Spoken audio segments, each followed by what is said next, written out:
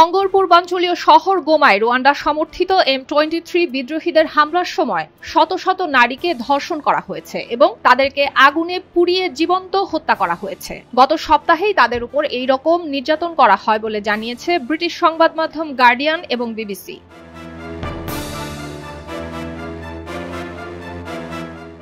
জাতিসংঘের একজন জ্যেষ্ঠ কর্মকর্তার বরাতে সংবাদ মাধ্যম দুটি জানিয়েছে, বিদ্রোহীদের হামলার সময় গোমার মুনজেন্টে কারাগারে বন্দী নারীদের উপর এরকম নারকীয় অত্যাচার চালানো হয়। তখন কারাগারে থাকা হাজার হাজার পুরুষ বন্দী পালিয়ে গিয়েছে।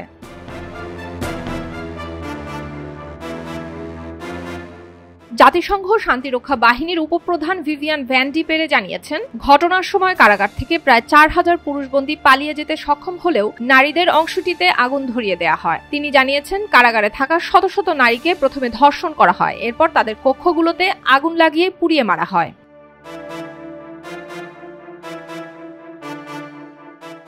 রুয়ান্ডা সমর্থিত M23 বিদ্রোহীরা গত 27 জানুয়ারি গোমার কেন্দ্রস্থলে পৌঁছানোর পরপরই সেখানে কালো ধোঁয়ার কুণ্ডলী উঠতে দেখা গিয়েছে। তবে কারাগারে কি ঘটছে সে সম্পর্কে বিস্তারিত এখনো জানা সম্ভব হয়নি, কেননা জাতিসংঘের তদন্তকারী দলগুলোকে সেখানে প্রবেশ করতে দিচ্ছে না M23 বিদ্রোহীরা। ফলে এই নৃশংসতার মূল পরিকল্পনাকারীদের সঠিক পরিচয় এখনো নিশ্চিত হওয়া যায়নি।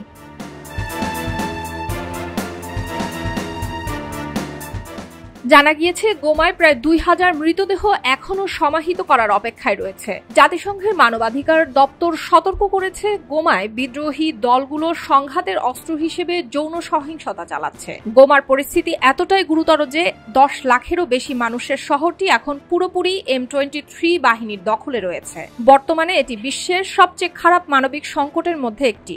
তবে গেল সোমবার হঠাৎ করে বিদ্রোহীরা একতরফা যুদ্ধবিরতির ঘোষণা দেয়। এই যুদ্ধবিরতির মধ্যে দ্রুত রোগ ছড়িয়ে পড়ার আশঙ্কায় তারা দ্রুত 2000 লাশ সমাহিত করার চেষ্টা করছেন।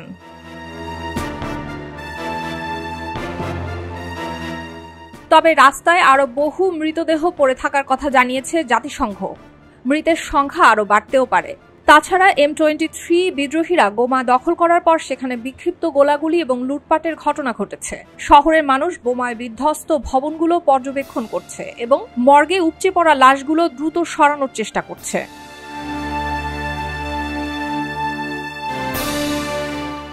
অন্যদিকে বিদ্যুৎ না থাকায় মর্গে রেফ্রিজারেশন ব্যবস্থা মারাত্মক ক্ষতিগ্রস্ত হয়েছে। ফলে মৃতদেহগুলো শনাক্ত করার জন্য সেখানে প্রতিযোগিতা শুরু হয়ে গিয়েছে। এছাড়া গোমায় মৃতদেহ দাফন করার জায়গা অত্যন্ত সীমিত।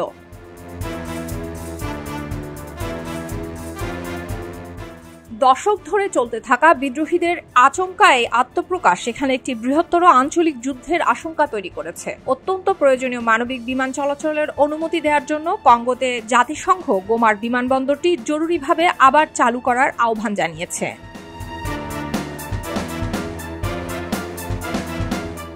উল্লেখ্য, M23 বা 23 মার্চ আন্দোলন খনিজ সমৃদ্ধ পূর্ব ডিআরসিতে কঙ্গো বাহিনীর সাথে লড়াই করা 100টিরও বেশি সশস্ত্র গোষ্ঠীর মধ্যে একটি। জাতিসংঘের মতে এটি রুয়ান্ডা এবং উগান্ডার সীমান্তবর্তী অঞ্চলে উত্তর কিভু প্রদেশে সক্রিয় রয়েছে। বর্তমানে তাদের 8000-এরও বেশি মারকুটে যোদ্ধা রয়েছে। সুলতানা দিনা, খবরের কাগজ।